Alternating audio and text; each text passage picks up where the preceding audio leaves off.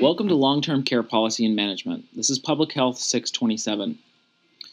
This is your Week 7 video. This is a very short video. You have a couple of other videos that should be under your lecture tab that talk about hospice and palliative care.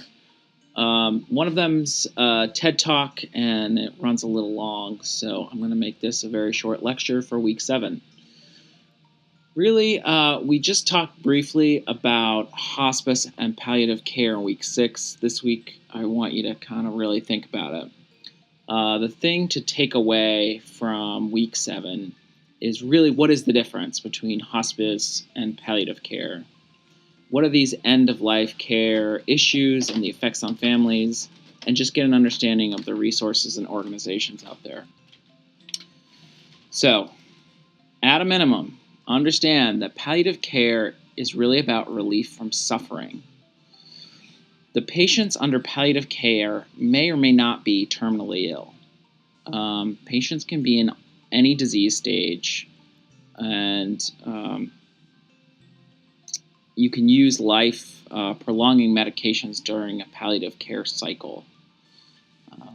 As opposed to hospice care, which is really about terminally ill patients. So a lot of states, you qualify for hospice once you have your doctor say that they think you have 6 months or less to live.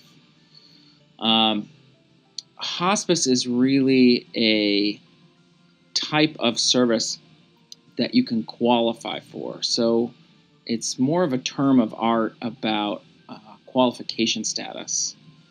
Palliative care describes kind of a general way to provide health care for a patient, whereas hospice is more of a technical term about qualification status.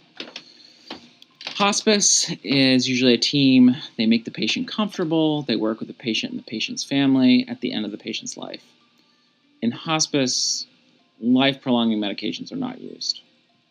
So take this week, and this is a thick issue. Think about end-of-life issues. These pop up a lot in long-term care, especially nursing homes. And as always, I'm here for your questions, comments, or concerns. Thanks so much, and have a great Week 7.